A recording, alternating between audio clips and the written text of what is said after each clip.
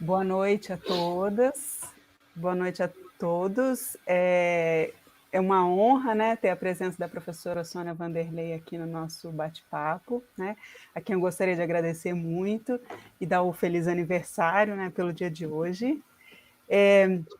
E antes da Marcela apresentar a nossa convidada, peraí só um minutinho que eu estou tendo um probleminha aqui com um áudio.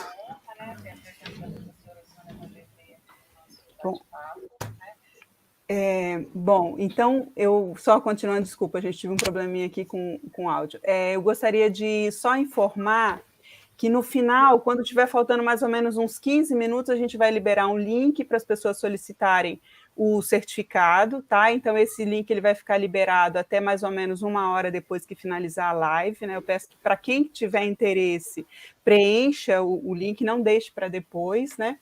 E eu gostaria de agradecer, então, a presença de todos, né? Informar que esse é um projeto que está sendo desenvolvido pelo LAPEIS, que é o Laboratório de Práticas de Ensino em História, da Universidade Federal dos Vales do Jequitinhonha e Mucuri, né? E agradeço muito o apoio, né, de todos que estão participando desse projeto. É com você, Marcela. Então, boa noite para os colegas professores presentes na nossa sala, mais um encontro. Boa noite, Vitória, Sônia, queridíssima Sônia Vanderlei, que topou esse desafio de vir falar hoje sobre história pública no dia do seu aniversário. Uma grande pesquisadora do campo, uma pessoa extremamente popular, né, Sônia? Brincava com você que quem não conhece Sônia Vanderlei, né? Mas hoje, com certeza, você vai ter a chance de falar mais e melhor para os nossos ouvintes, nossos colegas da educação básica, os colegas que também trabalham aqui com a formação de professores, e poder partilhar com a gente esse momento. Esperamos que o seu aniversário possa ser comemorado aí de uma forma prazerosa para você, porque com certeza para a gente está sendo. Então, gente, eu queria tentar apresentar a professora Sônia, participou da minha banca de doutorado, a quem fez contribuições fantásticas, e que eu agradeço aqui publicamente. A Sônia, ela é formada, ela possui graduação em História pela Universidade do Estado do Rio de Janeiro, graduação também na área de Comunicação pela UFRJ, Federal do Rio de Janeiro, mestrado pela UF, a Federal Fluminense, e doutorado também, né, pela Universidade Federal Fluminense. Ela é professora da UERJ, aliás, a Sônia respira a UERJ, né, o CAP da UERJ também, ela vai falar um pouquinho sobre isso, e suas experiências, né, a ênfase em História do Brasil República, atuando principalmente no ensino de História, didática da História, História Pública, História Social da TV no Brasil. Professora Sônia, com você a palavra. Mais uma vez, obrigada por estar aqui com a gente, topar esse desafio. E é isso, vai que é sua. Bom, eu quero agradecer muito a Marcela, toda a benevolência na apresentação, e também a Vitória. Quero parabenizar a vocês a iniciativa desse bate-papo. Acho que pelo nome já me torna já torna bem fácil falar. É um bate-papo entre iguais, entre profissionais que buscam compreender melhor como é que podemos aprender sempre, e ensinar história em tempos tão complicados como o que estamos vivendo. Você me pediu para falar um pouquinho dessa minha trajetória, e é uma trajetória estranha. Eu diria que é um pouco estranha, porque eu era uma jornalista, hoje eu digo que eu sou bacharel em comunicação, mas eu era uma jornalista que fui fazer história no início dos anos 80, e por isso eu escolhi a UERJ, uma universidade que tem uma história ligada à formação de trabalhadores, né, no país. Ela tinha, na época, era a única universidade no Rio de Janeiro que tinha curso noturno de história, e então eu fui fazer história, mas não porque eu queria ser professora, eu era jornalista, e trabalhei os 4 anos de história, que eu fiz história no jornalismo, e eu queria um curso que me desse uma perspectiva social maior, mais ampla, capacidade de reflexão da sociedade para ser uma jornalista mais investigativa e mais crítica, já que eu tinha feito o curso de comunicação num período da ditadura militar, no final da ditadura, mas ainda ditadura militar, e o curso, apesar da resistência que eu tenho que aplaudir de muitos professores que foram meus na época, uma escola que eu respeito, que eu agradeço muito a minha formação como pessoa, inclusive, esse curso tinha que burlar muitas vezes as exigências dessa ditadura que transformavam a vida de professores e alunos numa luta contínua para se conseguir trabalhar alguma coisa dentro do jornalismo, né? Pois bem, então eu fui fazer História no início, em 1980, eu terminei Comunicação em 79, em dezembro de 79, em março de 80 eu já estava dentro da UERJ fazendo História, por essa perspectiva.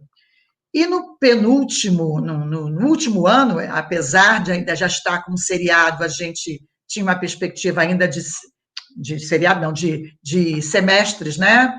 De crédito, sistema de crédito, a gente tinha uma perspectiva muito de turma ainda, quando entramos na UERJ, eu fui a última turma seriada, a primeira turma do sistema de créditos na UERJ, na História, de 1980, e a gente, eu tinha, no último ano, nos 2 últimos semestres, que fazer os estágios, e aí 2 professoras, que também eu tenho aqui que agradecer muito ao que eu sou, a professora que sou, que foram as professoras Lena Menezes de Medeiro e Lúcia Bastos, professoras da UERJ, e também, à época, do Colégio de Aplicação, coordenadoras e professoras do Colégio de Aplicação, elas me disseram, vamos fazer o estágio, porque nós precisamos de uma monitora que trabalhe com turmas de ensino médio, você tem que fazer o estágio, vai lá. E eu me assustei solenemente com isso, porque na minha cabeça eu nunca seria professora. Perguntei a elas, mas como? Eu não sou professora, eu vou assustar os alunos,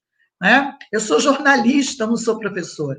Elas riram, eu fiz essa experiência e nunca mais abandonei a história e ensinar. São 35 anos dentro da UERJ que me ensinou a ser professora. E o Colégio de Aplicação, hoje Instituto de Aplicação, me ensinaram a ser professora. A professora que eu sou, eu devo muito ao aprendizado e à busca de conhecimento que esses sujeitos institucionais e indivíduos me deram. Tá? Então, a partir daí, eu comecei a me preocupar muito essencialmente com essa figura, o ensino de história e a formação de professores, mas nunca abandonei a perspectiva de pensar a influência da mídia, a influência dessas linguagens que marcam tanto a nossa contemporaneidade dentro do campo do ensino de história. E aí eu sou essa híbrida, né, que trabalha com essas perspectivas. Perfeito, Sônia. Muito obrigada pelas suas colocações. No meu roteiro, Sônia, eu fiz uma pergunta, né, que para muitos vêm trabalhando com a história pública, mas talvez para outros colegas aqui presentes seja um debate novo. Então, eu queria ouvir das suas palavras o que é a história pública, o que não é a história pública, e também em relação ao rigor metodológico, aos cuidados que a gente tem que ter. Se você puder comentar um pouco sobre isso. Eu acho que ainda hoje, embora a gente já tenha caminhado muito, Marcelo, é mais fácil dizer o que não é história pública do que é história pública. E o nosso amigo Ricardo Santiago caminha nesse sentido, inclusive respeitando muito a experiência dessas práticas e reflexões no Brasil, e eu acho que ele falaria com melhor competência do que eu. Pensei que eu tivesse perdido aqui, mas não, só toquei no botão que não devia. Pois bem, eu acho que é muito mais fácil falar o que não é história pública, mas eu acho que é fundamental se dizer o que é para um historiador. A gente tem 2 caminhos que a gente pode trilhar para chegar a uma resposta. 2 caminhos que estão muito pautados nas experiências que vêm da Europa e que vêm também dos Estados Unidos.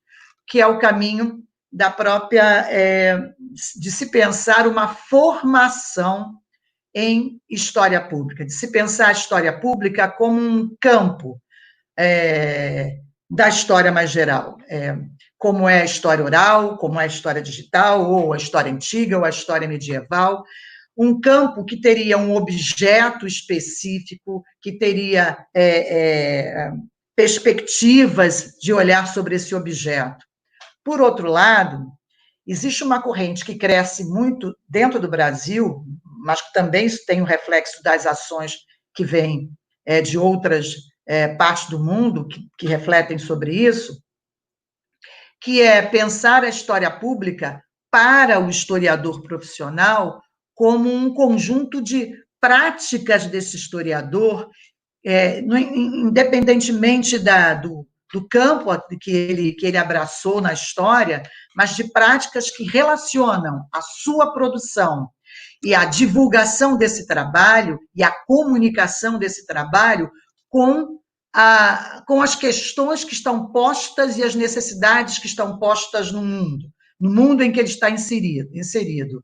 Então, o historiador que se preocupa a pensar a sua produção, que se preocupa a desenvolver pesquisas, por exemplo, que se relacione à necessidade de grupos quilombolas, como a gente conhece muitas, amigas nossas, né, que estão sendo questionados da legitimidade da posse da terra, da legitimidade do seu direito sobre esse uso da terra, da propriedade dessa terra, ou historiadores que estão preocupados em pensar como impacta sobre a produção de verdades históricas, sobre a produção da memória histórica, as narrativas também de teor histórico, que são produzidas pela mídia, né, que marcam muito a produção de verdades muitas vezes simplistas, de verdades absolutas, de verdades ahistóricas, como segmentos da mídia, seja do jornalismo, seja da mídia de espetáculo, produzem e que marcam a produção de verdade e de história para a população mais geral. Então, como é que a gente dialoga com essas produções, com essas narrativas, que são narrativas que têm a sua legitimidade? Eu digo que são narrativas históricas porque elas produzem sentido para o estar no tempo dessas pessoas, né? Quando você vê pessoas produzindo, eu vou usar um exemplo que eu uso sempre, que eu acho que é muito marcante para mim. Um aluno de um curso de licenciatura, que eu era supervisora dele numa disciplina de estágio supervisionado, ele tinha que trabalhar em turma do CAP, tinha que fazer a sua regência numa turma de 7º ano do CAP, e ele optou por um recorte da reforma religiosa como conteúdo.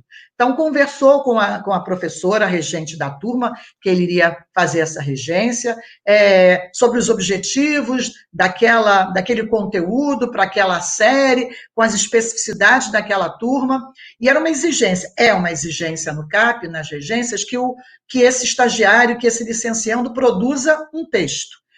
Embora o livro didático seja utilizado como apoio, o material de estudo que é base no Colégio de Aplicação da UERJ, pelo menos em História, são os textos produzidos ou adaptados pelos professores regentes e por esses licenciandos. Então, ele produziu o texto e eu, como supervisora na universidade, na disciplina de estágio supervisionado 2, eu tive que olhar e analisar o texto com ele. Então, quando eu olhei esse texto era marcadamente um texto a Igreja Católica, ele antipapista, ele marcava a reforma como um movimento, essencialmente e unicamente, um movimento antipapista. E aí eu me assustei e comecei a discutir com ele como uma professora de história que estivesse trabalhando Idade Moderna e conteúdo de reforma religiosa. E me assustou um aluno que já estava nos últimos semestres, a recusa que ele tinha de aceitar discutir a complexidade que era esse movimento da reforma religiosa no século XVI da Europa. Ele se recusou a discutir essa complexidade como colega meu, licenciando, quase formado em História. Quando ele se recusou, eu claramente disse para ele, sinto muito, você não está assumindo uma posição aqui de historiador e de professor, você está assumindo uma posição de religioso. Ele me disse, não, eu sou um pastor, e acho que a minha resposta dá conta do que é a reforma de verdade. Foi essa a resposta. Aí eu falei, sinto muito. E aí eu já pego essa função, esse sentido social e político que eu digo que tem que ter o professor, aquele que está formando professores ou trabalhando com a história, que você não vai trabalhar isso com a 8ª série, com o 7º ano agora, né, no colégio de aplicação, e eu acho que você não deveria trabalhar isso em nenhuma escola, no ensino básico, de maneira alguma. Isso não é trabalhar historicamente a reforma. Eu não vou discutir a sua fé, mas o espaço para discussão da fé, né, ou para estabelecimento da fé como dogma, não é o ensino de história na escola básica. Então, essas narrativas, eu não vou dizer para ele que aquela narrativa dele não é legítima, num espaço que ele tenha como um crente, né? Como alguém que tem uma determinada fé. Mas eu não posso permitir que esse dogma se estabeleça com verdade única para ensinar história numa escola que, essencialmente, deve ser laica ou trazer a gama de possibilidades de pensar espiritualidade, religião, fé, que existe numa escola, em qualquer lugar do mundo, ainda mais no Brasil. Então, para você ver, essas narrativas, se elas têm um sentido, se elas têm a preocupação ou a intenção de produzir sentido para o estar no tempo, se elas criam identidade ou identidades, se elas estabelecem bases para você pensar o que sou eu, o que é o eu, e a minha relação com o outro, ora, elas são narrativas históricas, elas estabelecem relação entre presente, passado e futuro, muitas vezes simplistas, fundamentalistas. Então, como é que eu, como professora de história, a partir desse parcela do saber docente que dá conta da minha formação, respeitando essa narrativa histórica historiográfica, essa produção do conhecimento historiográfico, como é que eu posso trazer isso para esse espaço que dialoga com as narrativas ditas, com esses usos variados da história na vida cotidiana, e produzir e auxiliar na reflexão de indivíduos capazes de transformar o seu próprio cadinho de mundo, né? Eu acho que esse é o objetivo que temos. E é isso que é uma das tarefas do historiador professor público. Para mim, essa é a perspectiva de pensar a história pública, como historiadora. Agora, então só faz história o historiador profissional? Não, né? Todos nós fazemos e sofremos a história. Então, por que não respeitar e não atuar com essas narrativas históricas produzidas por instâncias socializadoras as mais variadas? Como é que a gente, como professor de história, na escola básica principalmente, pode negar essas narrativas que nos chegam através dos alunos, ou até dos próprios professores, como o exemplo que eu acabei de dar? Como é que a gente ensina história negando isso? Pura e simplesmente, não, você é burro, não existe nada disso? Que capacidade de produzir transformação o ensino de história, a história escolar pode ter se agir dessa maneira? Então, o historiador, professor público, para mim, ele se enquadra, ele segue, ele persegue a perspectiva de uma história pública quando se preocupa em acessar essas narrativas, em, auxiliado pela historiografia, produzir capacidade desses alunos, desses aprendizes, né, que você também é uma como professora, de transformar ou de dar maior complexidade às suas consciências históricas, né? De dar maior complexidade à capacidade de pensar o estar no mundo, de retirar esse simplismo, muitas vezes fundamentalista, e de senso comum. Porque o senso comum, embora ele possa ser inibidor da complexidade que é a resposta que a história pode dar, embora ele muitas vezes possa ser castrador, eu acho que ele também pode ser acho que pode não, deve ser ponto de partida. Ele é um ponto de partida, que na sala de aula não pode ser escamoteado. Então, eu acho que a gente faz história pública enquanto professor de história no ensino básico, quando a gente age dessa maneira, age práticas que têm essa preocupação com o significado do que é efetivamente fazer história.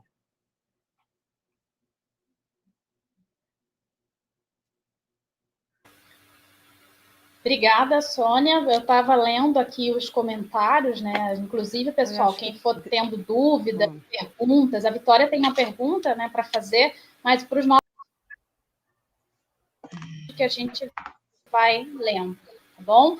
Vitória, você queria trazer uma questão para a professora Sônia? Eu queria... a professora falou sobre a questão da complexidade, né, do conhecimento histórico, e aí, pensando na questão da história pública, muitas vezes uma marca de narrativas midiáticas é a simplificação, né?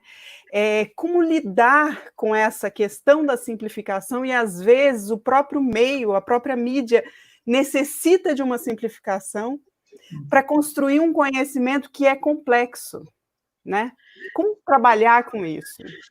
Olha, vou dar um exemplo, que é o respeito à própria especificidade e objetivos de cada uma instância produtora dessas narrativas. Vamos pensar no ensino de história escolar. Se a gente falar em anacronismo como uma estrutura para a produção historiográfica, isso é um anacronismo. Isso é impossível, não se pode pensar. Mas, enquanto professora de história na escola básica, todos nós, muitas vezes, vamos ter que construir anacronismo para chegar, para aproximar eventos, processos dos nossos alunos, com a perspectiva que depois tenhamos que desconstruir isso. Tá?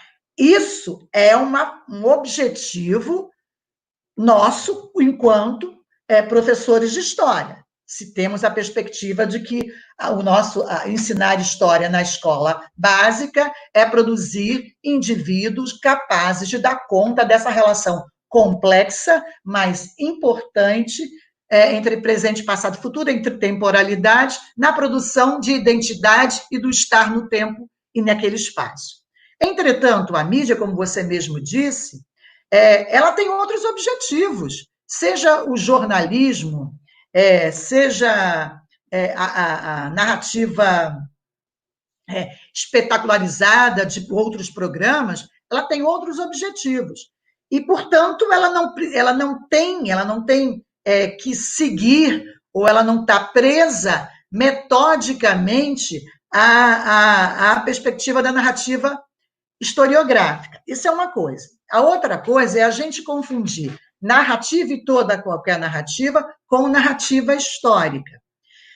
E aí eu não vou discutir as outras narrativas midiáticas produzidas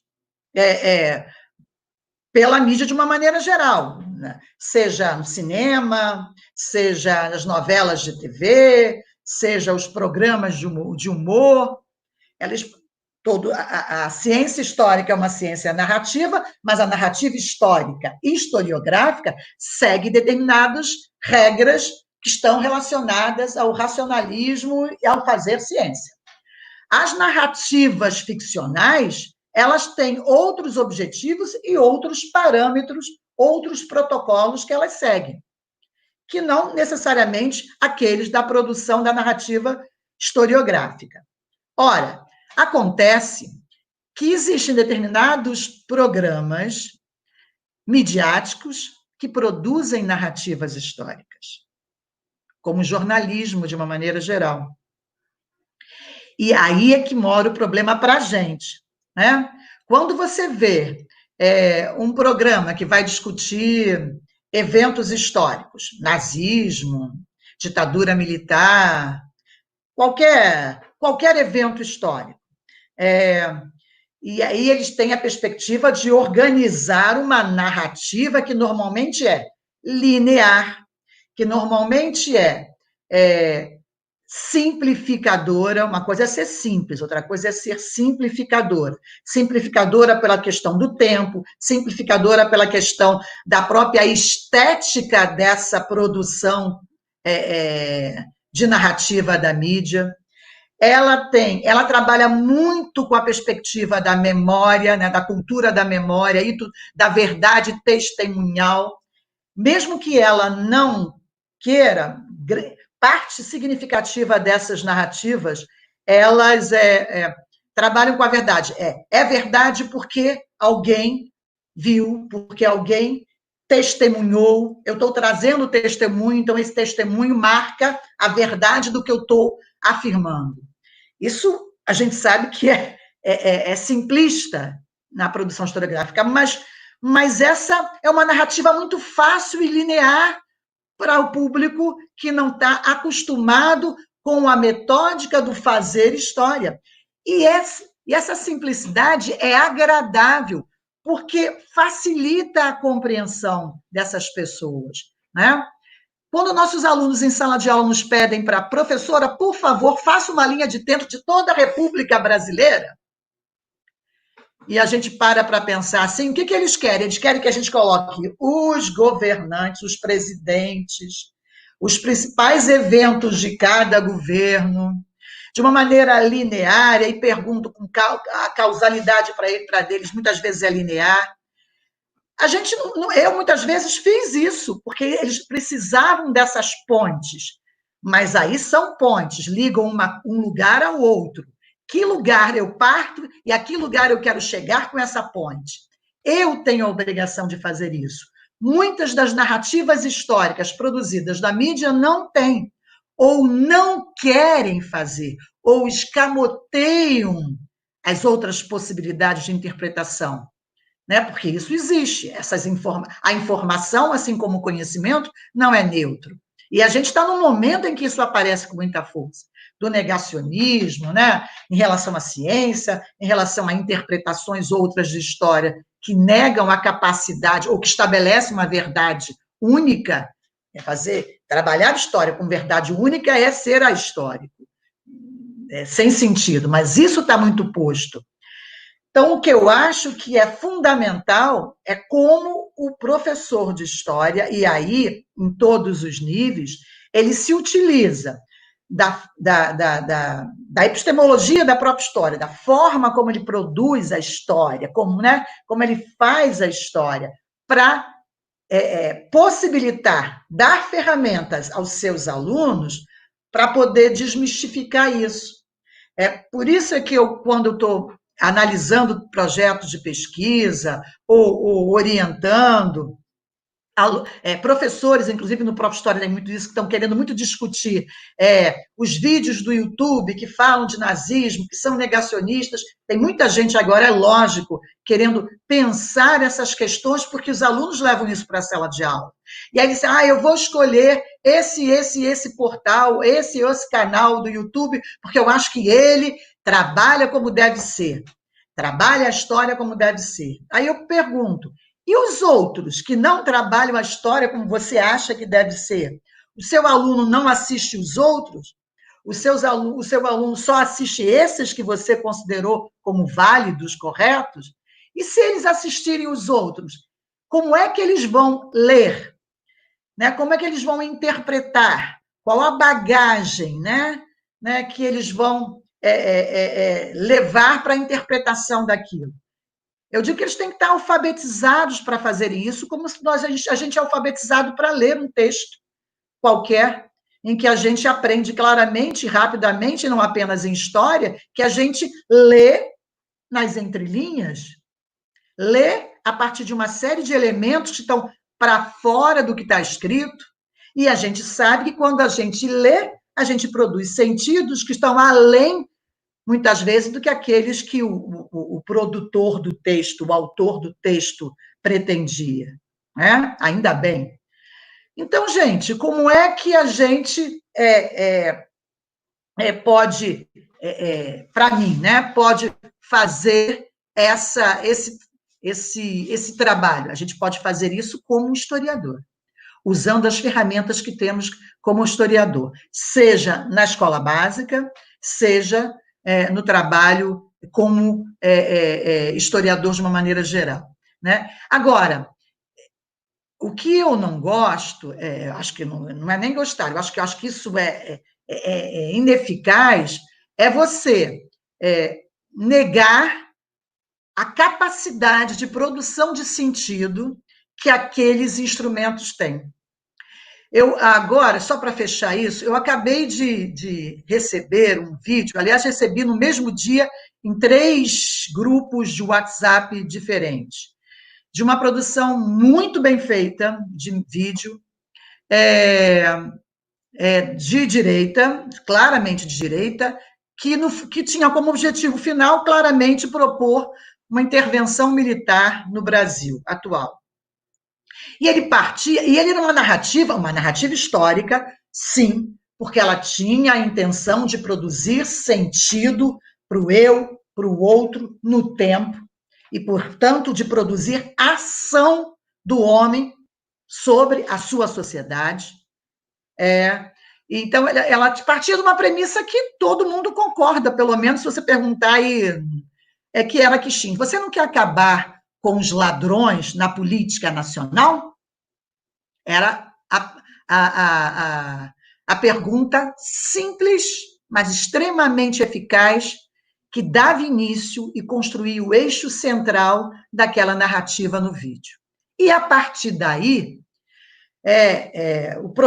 os produtores desse vídeo, e muito bem feito, muito dinheiro correu ali, a estética, a argumentação, a naturalização de conceitos baseados no senso comum, na perspectiva daquilo que está posto lá no inconsciente, que vem de uma marca autoritária e conservadora da sociedade brasileira. Como é que ele se utilizou disso, né, de maneira a construir verdades absolutas para chegar à solução de que a intervenção militar é o caminho para a gente fazer isso? Como você pode deixar isso de lado? Como você não eu vou trabalhar isso na sala com os meus alunos? Não, eu não quero mostrar isso, não estou pedindo, mas você tem que pensar nisso como um objetivo seu. Como é que você pode dar aos seus alunos e aos professores, aos seus orientandos, que estão trabalhando com narrativas da mídia cada vez mais, como é que você pode fazê-los entender que é a produção da história, que é a maneira como a gente produz história, que é o caminho efetivo e eficaz para a gente lutar contra isso, né? Efetivamente, para a gente lutar contra esse estado de coisas que estamos vivendo cada vez mais conservador e niilista. Sônia, eu queria ouvir um pouco também em relação às suas experiências de pesquisa internacionais, né? E o que nos ajudaria a pensar a questão da... Você falou um pouco sobre isso, né? A função social do historiador, e eu acho que isso traz uma dimensão para nós que estamos na sala de aula. Mas se você pudesse traçar um panorama dessa experiência da história pública em outros países e qual é a contribuição que elas trazem para o trabalho que a gente realiza, considerando a diversidade do nosso país, né, das salas de aula Brasil afora. Eu acho que eu até comecei a falar nisso, mas para variar parto de uma pergunta e chego num outro ponto diferente. Mas vamos lá. Obrigado por me trazer de novo aos trilhos. Eu acho que a gente tem... Eu acho não. A história... o que a gente chama de história pública, né, ela surge em países de língua inglesa, como um resultado efetivamente dessa grande questão que se colocava de maneiras as mais variadas para os historiadores, né? que era qual o sentido de fazer história, qual o sentido social de fazer história. Por que se faz história? Se você parar para pensar, isso está posto na discussão da crise do próprio paradigma científico que sustentava a história lá na década de 50, 60, principalmente, está posto isso lá. Isso vai se agravando, isso vai ganhando contornos diferenciados, e se marca pela prática de muitos historiadores que começam a buscar não só objetos, mas também companheiros na produção de conhecimento histórico que estivesse respondendo às necessidades de grupos sociais os mais diversos. Então, você pode ver na Austrália, na Inglaterra, na França, com outras características, os usos públicos da história, nos Estados Unidos, pesquisadores e historiadores que começam a se aproximar das questões do mundo contemporâneo, da mídia, dos grupos sociais, do ativismo político, que durante muito tempo foi colocado como algo que o historiador não devia fazer, né? Na realidade, o ativismo político era outra coisa. O historiador é alguém que está no gabinete produzindo de maneira isenta uma análise da realidade.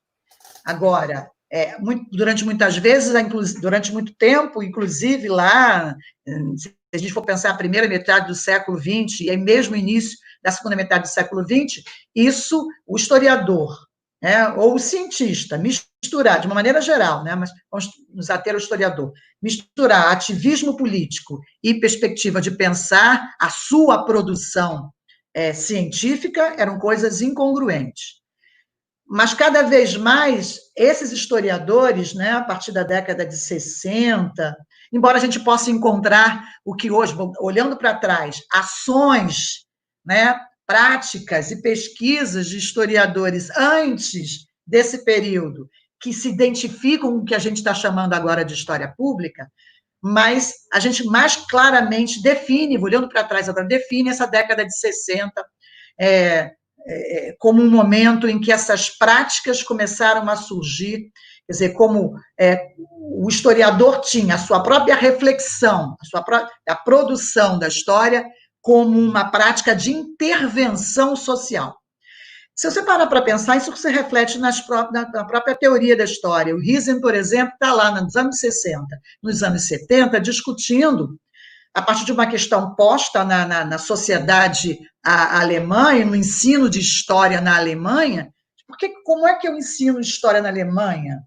Numa Alemanha marcada por essa cisão e por essa culpa, na questão do nazismo, na questão dos campos de concentração.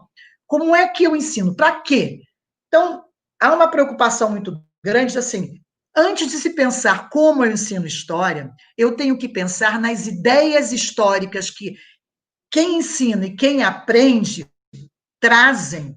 Eu tenho que pensar no porquê eu ensino história e no porquê eu faço a história, eu faço história, eu produzo história.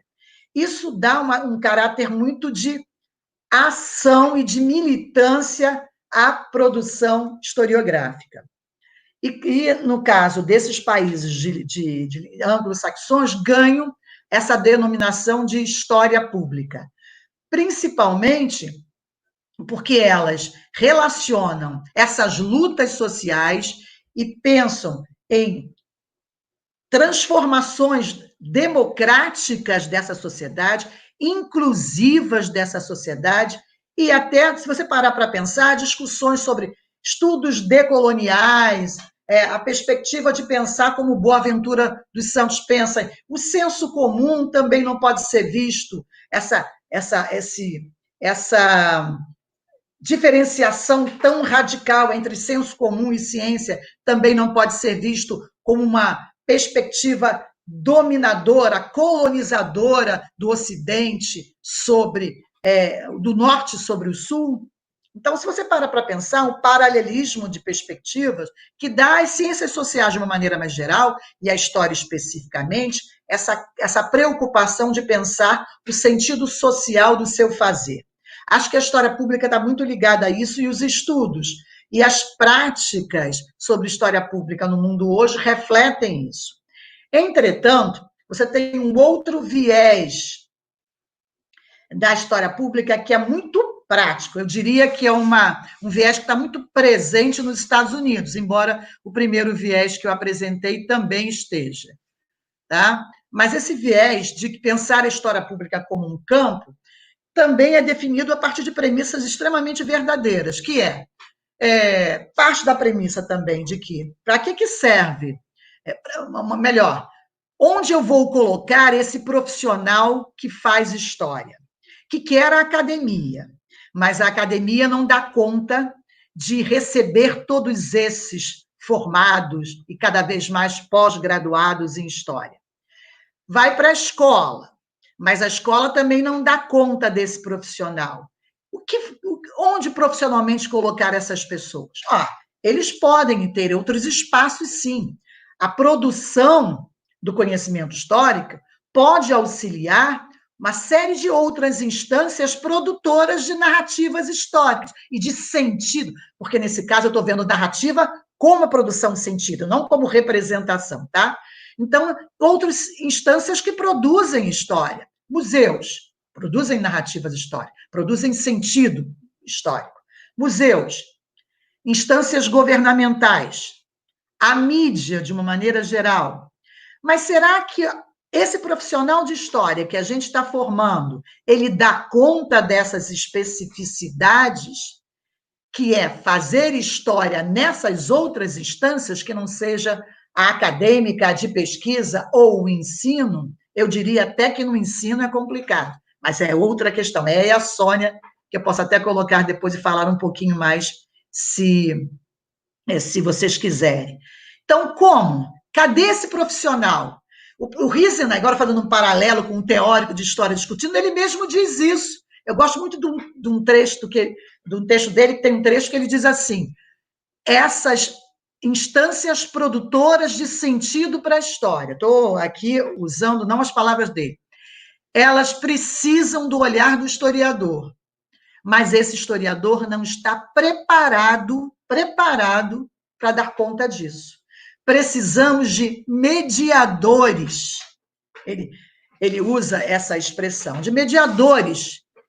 Como é que esse profissional de história pode mediar essas narrativas? Né? Então, começa a surgir nos Estados Unidos, com uma perspectiva muito mais funcionalista, eu diria assim, começa a surgir a preocupação de formar profissionais em história que dê conta dessas especificidades, né? Para trabalhar com museus, para trabalhar na mídia, para serem consultores de instâncias governamentais ou privadas de empresas. Acontece isso. No Brasil, isso está acontecendo desde a década de 90. Eu lembro que em 90 eu estava fazendo o meu mestrado, o meu doutorado, e eu trabalhei com TV, né? Produzi uma história social, que eu ouso chamar de história social da TV no Brasil, relacionando isso à história social mesmo, Maria Geral, à história política do Brasil também.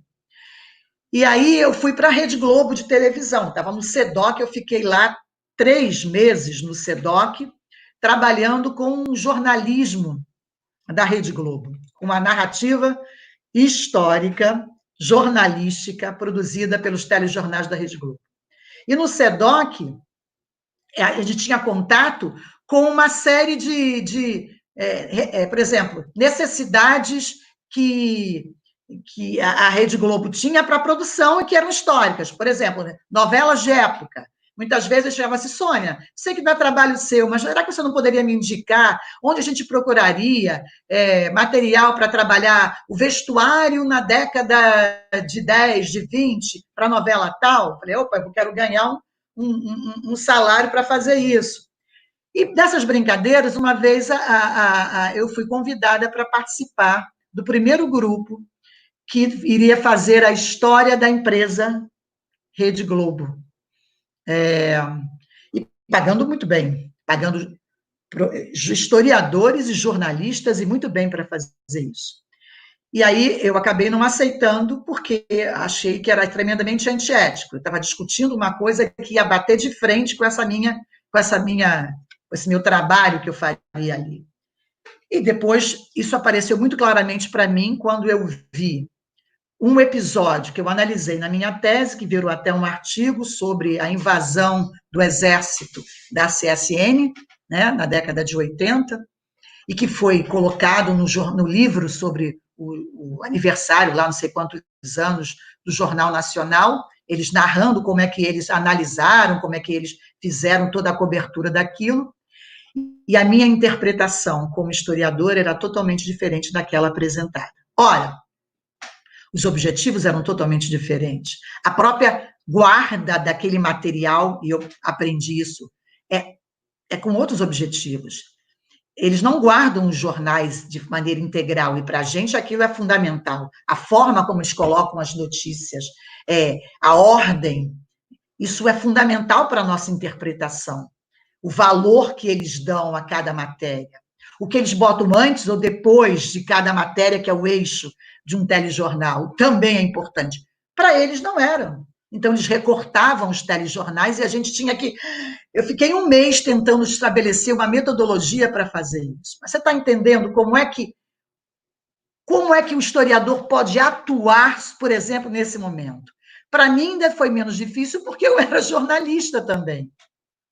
Com todos os problemas da minha formação durante a ditadura militar, eu aprendi muito bem a lidar com essas narrativas. Eu tive professores excelentes para trabalhar com a narrativa jornalística, né? Mas e para aqueles que não estão? Será que o nosso profissional sai dali preparado para dar conta disso? Então, essa preocupação levou à formação de cursos de graduação e de pós-graduação em História Pública. Tá? A gente tem, no Brasil, nós já temos um curso de pós-graduação em História Pública, né? No Paraná, se eu não me engano. Tá? Perspectiva de ver a história pública como um campo, portanto. E está posta também para a gente pensar a história pública. Portanto, são dois caminhos diferentes para se pensar a ação do historiador como historiador público. Eu acho que eles são diferentes, mas não são paralelos, não. Eles têm tangenciais. Depende muito dessa formação e depende muito da perspectiva de como eu penso compartilhar autoridades na produção do conhecimento histórico, agindo de forma a pensar a função social desse meu fazer. Não sei se respondi a sua pergunta, mas espero que sim. Professora, a gente tem algumas perguntas aqui, são muitas perguntas, né? Eu gostaria de trazer uma que eu acho que pode ser interessante, que o Hidson Araújo, ele pergunta o seguinte, se há uma diferença entre divulgação científica e história pública, né? Qual seria essa diferença? O Hidson, não há diferença. Eu diria que a divulgação científica é um dos olhares do historiador público. Como eu disse bem lá no início da minha fala, uma das preocupações desse historiador público, eu diria, é a preocupação da forma como se comunica a produção da história. Né? Muitas vezes o historiador fala para o seu próprio umbigo, ele fala para os seus pares. E isso é alguma coisa que o historiador público deve se preocupar e muito. Essa produção historiográfica ela deve ser capaz de falar a um público mais amplo.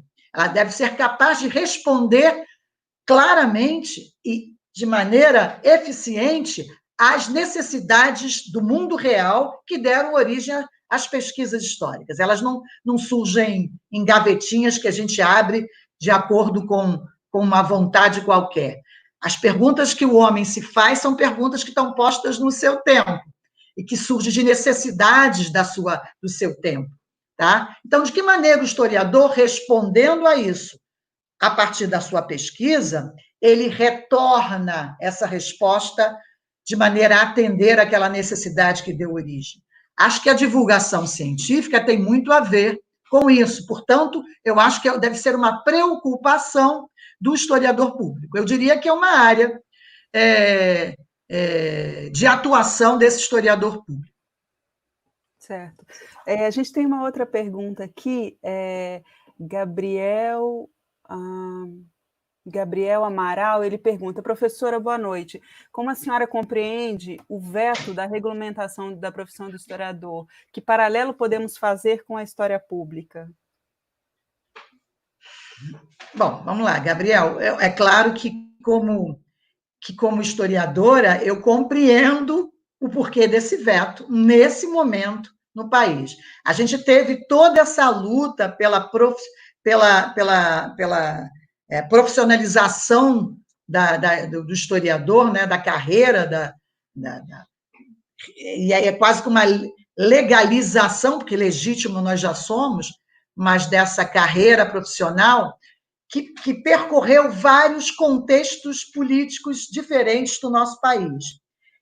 E o momento em que ela ia receber, depois de ter sido aprovado, finalmente, no Congresso, no Parlamento, ela passa pelo Executivo no momento em que a história não é vista como uma narrativa viável para dar conta do projeto de sociedade que se tem. Pelo menos não essa história que a gente defende. Então, é lógico que ela vai ser vetada por esse contexto, por um governo que não vê a história como a gente compreende, como eu acabei de defender agora toda essa produção, como aquilo que deva forjar identidade nacional. Aliás, só vê a identidade nacional como a única possível, né?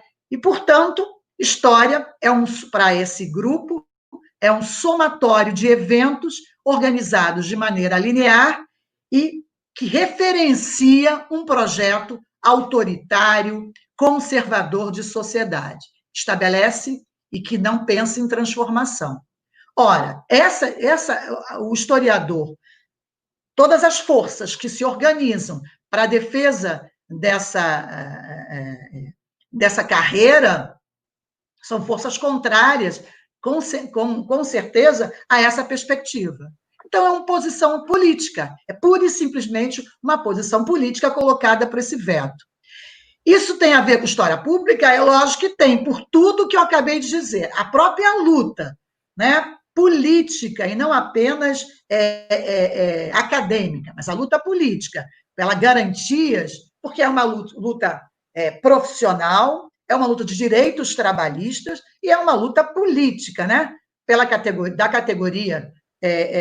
Ela tem um sentido de ação social, ela age para garantias trabalhistas, ela age para garantias de espaço de trabalho, para garantias de liberdade e de autonomia na produção do conhecimento. Isso tudo não interessa ao grupo que está no poder. Portanto, a luta por ela se encaixa no que eu chamei de história pública, ou de ação do historiador público, tá? Sem dúvida alguma. Certo. Tem uma outra pergunta aqui, o Vander de Andrade, ele pergunta o seguinte: gostaria de fazer uma problematização com essas realidades do negacionismo histórico e da pós-verdade, não seria necessária uma profunda reatualização dos fundamentos da produção historiográfica? Vander, eu não sei se eu entendi bem a sua pergunta. Para mim, os fundamentos da produção historiográfica, elas dão conta, eu não sou pós-moderna, tá, Vander? Para mim, eles dão conta essencialmente para pensar a realidade que vivemos. Eu não tenho dúvida que a forma como a gente pensa a produção da história, elas dão conta para pensar, para refletir, para propor, para interpretações que dão conta da realidade. O que eu acho é que cada vez é mais difícil a gente fazer isso com a liberdade que toda produção de conhecimento precisa. Tá? E por isso, mais uma vez, eu reafirmo a importância desse historiador ser um agente de transformação política. E com isso, é importante a gente colocar isso, porque as pessoas têm medo, as pessoas acham que quando a gente fala isso, a gente quer dizer que o professor precisa se vestir de vermelho, fazer cara de mal, e bater nos outros, sei lá, bater para garantir que ele está fazendo política, ou então fazer política partidária. Não é nada disso. É lógico que nada disso. É lógico que eu já fui para a rua, eu já apanhei, já bati, não, eu nunca bati, mas eu já apanhei bastante no início dos anos 80, como estudante, membro da UNE, apanhei bastante, mas mas a gente precisa agir colocando a função social e a função política do nosso fazer. E a gente faz isso sendo historiador. Efetivamente, a gente faz isso sendo historiador, e um historiador público.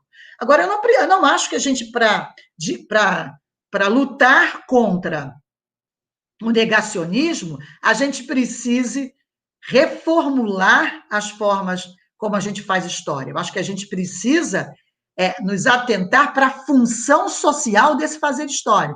A gente não pode engavetar as nossas produções como se elas acabassem quando a gente defende a tese, quando a gente coloca o nosso artigo numa revista acadêmica. A gente tem que pensar em como elas agem enquanto elementos postos na transformação da sociedade. E aí, o meu papel de professora me permite pensar que essa é uma função das mais importantes do historiador, ensinar história. Aí eu estou com o Riesen, quando ele diz que ensinar a didática da história, pensada como uma disciplina que dialoga com a teoria, a história, que reflete, que autorreflete a produção historiográfica, mas também busca, tem como elementos de pesquisa, pensar essas narrativas históricas postas no mundo concreto, no mundo real, fora da academia, portanto, a história pública e também a história escolar, que essa didática da história, ela pensa um historiador como agente social de transformação, né? E aí, fazendo o quê? Usando a epistemologia da história na nossa produção, tanto na produção, quanto na divulgação, quanto no ensino, mas dialogando com as outras instâncias produtoras de narrativas históricas também, porque senão a gente não é eficiente. Assistir a um vídeo no YouTube que fale do nazismo é muito agradável, às vezes muito mais agradável do que trabalhar os mecanismos de produção do conhecimento histórico. Mas esse lá é necessário, até para pensar de maneira crítica aquele vídeo, que esteticamente, ou pela narrativa linear, é mais simples, né? Mas como é que a gente faz isso? Ou a gente está preocupada em fazer isso? Boas perguntas, né?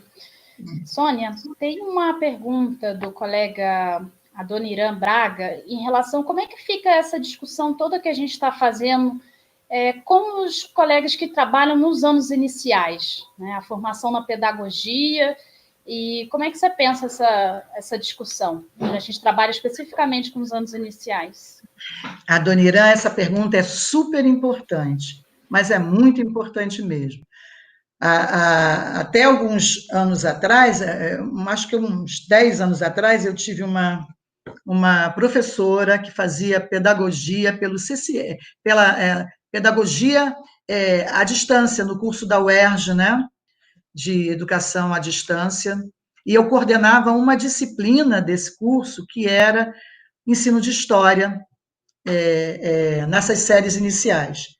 E aí eu comecei a discutir muito comigo mesma, como é que essas pessoas, esses profissionais que não fizeram história necessariamente, que não trabalharam com a produção da história, mas trabalharam com a história enquanto um conjunto fechado de eventos, datas, que efetivamente era o que a maioria pensava do que era história, pelo que eu percebi, como é que essas pessoas vão ensinar história para os meninos? Ah, não se pode ensinar história para os meninos, para os pequenos? Pode sim, e muito.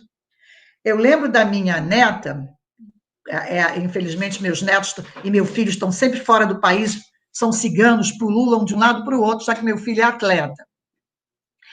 E aí eu me lembro uma vez eles estavam, a minha neta me ligou toda contente, né, usando lá o Face, vovó, você sabia que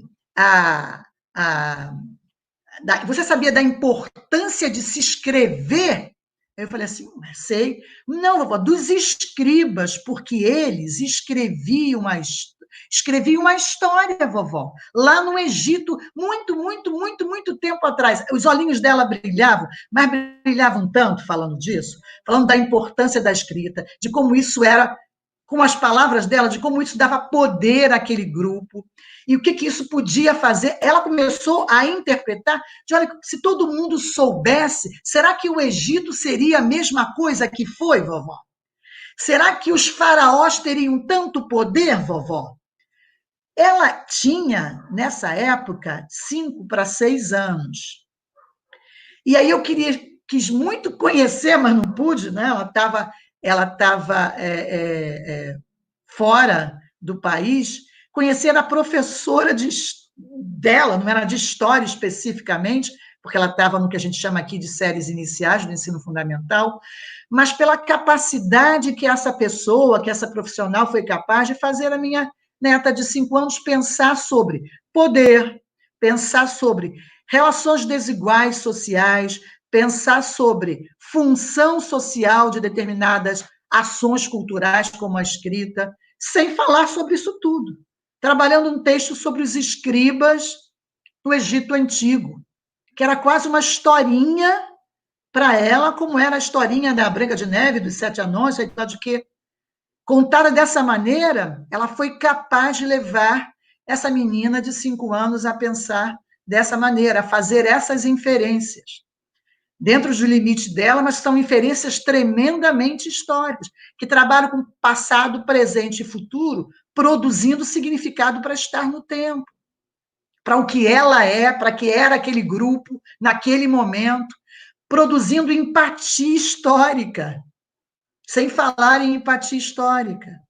Então, a gente pode fazer isso, né? A gente deve fazer isso. Esses profissionais estão preparados, embora muitas vezes, né, não sejam especialistas em histórias, eu conheço muitos que fazem isso e fazem isso muito bem. Agora, a formação desses profissionais tem também que estar preparado para dar conta disso. Agora, se a formação desses profissionais não pensa a história ou a perspectiva de pensar a história dessa maneira, ou o trabalho da formação deles, vamos estudar a história do Brasil, então trabalham lá, colônia, império, república, esse professor não vai pensar dessa maneira. Isso é aprendizado também para ele. Tá? Mas eu acho que a sua pergunta é extremamente pertinente, digo para você, já tem gente fazendo trabalhos muito interessantes sobre isso, principalmente nos mestrados profissionais, em que a gente tem os professores, e eu acho que é um espaço que mais estou adorando trabalhar, sabia? Dialogar com colegas meus que estão lá no chão, como a gente diz, no chão da sala de aula, e tentando, né, refletir sobre seus problemas, usar a teoria para auxiliar a sua prática, dando sentido mesmo do que é ser, o que é a praxis, que não é a prática pura e simplesmente, mas a prática dialogada com a teoria, para dar sentido e para ampliar os seus trabalhos. Tem gente muito interessante tem trabalhos muito interessantes sobre isso, tá? Depois, se você quiser, a gente partilha com vocês aí.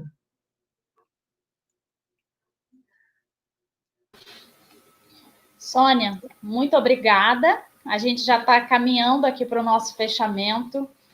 Queria destacar que a gente teve um recorde de público, né, Vitória? A gente estava comentando aqui, eu já tinha dito, né, brincado com você, que você é uma pessoa extremamente acessível, né, popular, que eu disse. Então, te agradecer muito, te dizer que a gente recebeu muitas mensagens aqui no chat, te parabenizando pela sua trajetória, te parabenizando pelo seu dia, né, que você possa fala em nome do projeto e fala em meu nome mesmo, que você possa continuar contribuindo, né, com seus alunos, com seus colegas professores, nos mais diferentes espaços que você ocupa. Então, eu vou fechando por aqui, agradecendo muito, dizendo publicamente que tem uma surpresa no seu e-mail e não é demanda de trabalho, é de aniversário, e que nesse momento, né, que a gente está nesse isolamento, a gente tem comentado isso, né, Vitória, que esse projeto tem essa marca do afeto, da proximidade, das conversas. O nome Bate-Papo, ele não é por acaso, ele é justamente para potencializar essa troca, essa roda de afetos. Então, que você receba aí o nosso carinho virtual no seu e-mail. E fique tranquila que realmente não é trabalho, tá bom? Muito obrigada, Sônia. Muito obrigada, Sônia. Foi uma honra muito grande recebê-la aqui. Eu acho que todo mundo, com certeza, está muito grato, né, por passar esse tempo com a gente aqui. Então, muito obrigada, e é uma pena ter que encerrar, né? Inclusive, alguém já comentou, nossa, mas já, né? Pois é uma pena mesmo, né? Bom, é isso. Eu quero falar só uma coisinha. Primeiro, de novo, agradecer a vocês duas. Realmente é um bate-papo, e para mim foi melhor, porque, como eu disse, eu começo numa linha e termino eu começo em A e termino em Z. Uma boa geminiana, eu gosto de pensar tudo ao mesmo tempo, e encontrar as relações que, para mim, estão muito claras e, às vezes, não tão claras para quem está escutando. Por isso, eu me desculpo se em alguns momentos, eu fiz isso, e eu consigo, em sala de aula, eu consigo organizar, mas eu acho que eu me policio. Ou os meus alunos já estão acostumados com a minha loucura também, ou se acostumam com a minha loucura. Mas agradecer essa estrutura também de bate-papo, agradecer aos colegas que me ouviram, que participaram conosco aqui, me deixar aberto o meu e-mail para quem qualquer necessidade que precisem, dizer que o que mais me mantém trabalhando é exatamente pensar essa troca, pensar que o conhecimento é efetivamente conhecimento que é produzido de maneira coletiva. E disso eu não abro mão. Tá? Então, agradecer muito, e eu também tenho pena que esteja acabando, mas a gente precisa, senão fica chato. Um beijo muito grande. Marcela, você me fez chorar de manhã, e agora vai me fazer chorar de novo com esse vídeo, já estou sabendo. Ah, que bom, mas esse é um choro por uma boa causa, né? Muito obrigada, Sônia, que você possa sentir, eu acredito muito na energia, então que você sinta essa vibração, essa energia boa, positiva, que está sendo carinhosamente endereçada aqui a você por todos os nossos participantes. É difícil, né, Vitória? A gente brinca que a gente sempre fica realmente muito grato a todos os nossos convidados e participantes, porque eu acho que é uma chance ímpar, né? É um privilégio nosso poder compartilhar, ouvir, e eu sempre assisto os programas depois, né? Principalmente nos finais de semana, naquele tempo livre, aspas, né, que a gente tem, porque são muitas informações que são trazidas, então isso ajuda muito na hora da escrita de um trabalho, né, na hora de uma aula, de montar uma videoaula. Eu tenho usado muitas coisas que eu estou ouvindo aqui nos trabalhos que eu estou fazendo. Então é isso. Mais uma vez, muito obrigada. Eu gostaria só de lembrar para o pessoal que o vídeo, né, como a Marcela falou, vai ficar disponível, né? E eu acho muito, muito bom isso, porque a gente pode rever todo esse material, né? Lembrando, só ressaltando que quem quiser o certificado de ouvinte, né, o link já foi aí divulgado, vocês podem acessar e preencher o formulário, e dizer para a professora Sônia que não precisa sair já da sala. Problemas aí Só aguarda vou assumir a coordenação aqui, estamos tendo problemas na internet, tecnologia tem essas coisas, mas eu queria agradecer muito de novo, e olha, pedir só a vocês uma coisa: cuidem-se e cuidem-se um dos outros.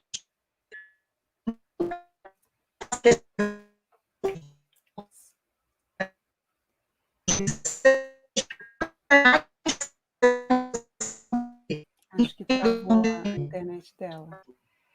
Bom, então, boa noite a todos, e a gente fica por aqui. Fiquem em casa.